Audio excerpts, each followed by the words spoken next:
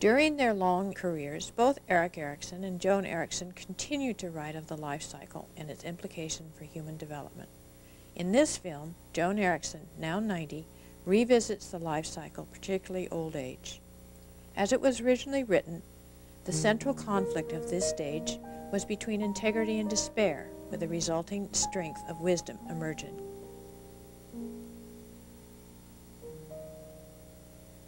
Stages, the 8 stages. I realized all of a sudden that what we had decided was a good way to put the final stage, the 8th stage, that was not necessarily right. It was just plain wrong. Wisdom and integrity are things that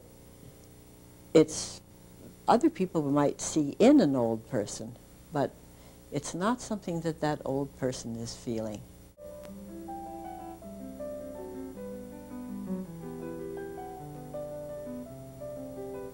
In 1950, a middle-aged child psychologist, Erik Erikson, and his wife, Joan Erikson, were challenged to write a description of healthy personality development.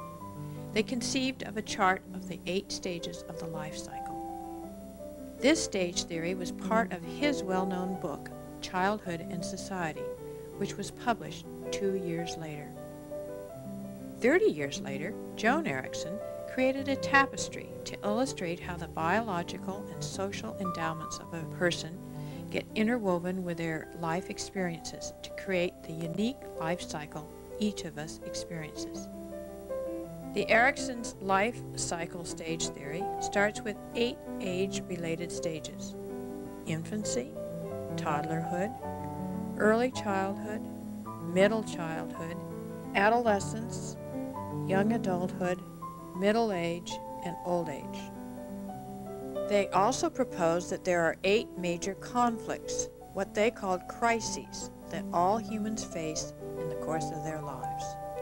These are trust versus mistrust, autonomy versus shame and doubt, initiative versus guilt, industry versus inferiority, identity versus role confusion, intimacy versus isolation, generativity versus stagnation, and integrity versus despair.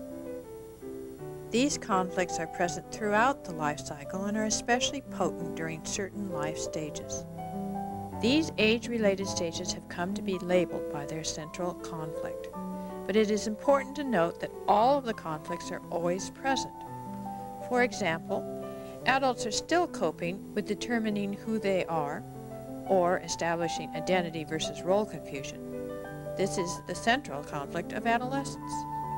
Rising from the conflicts of each stages are positive personal characteristics, which the Eriksons called personal strengths.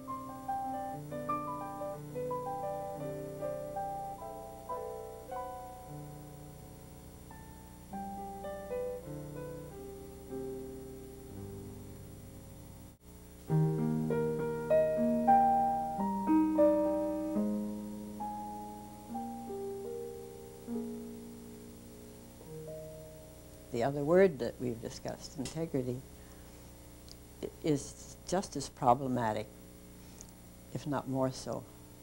And I think that for what I thought to do about trying to figure out what it was to look it up. I looked it up in small dictionaries, and they never said enough. They gave you a clue, but it wasn't all that I needed. And finally, I looked it up in the Oxford great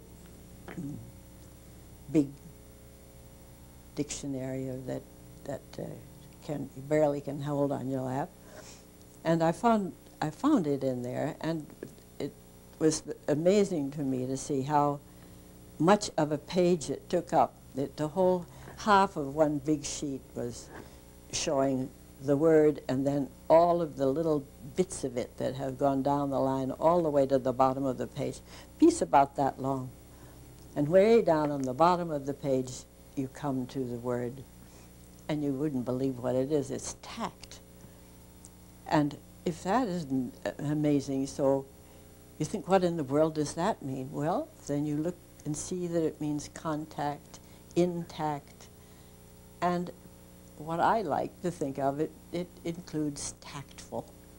And that seems to me to be really the word that describes how you relate to other people, to other things also, but particularly to other people, because if you are tactful, then you have taken into consideration who they are, where they are, what they are, and give them full credit, and somehow manage to make a contact with them that makes you empathic and interested and open to their friendship and their acquaintance and their understanding. And that I liked so much, I just felt like saying, hallelujah, I finally found something that really means something to me, because touching and doing and making and the contact that you have with all materials and everything in the world is so important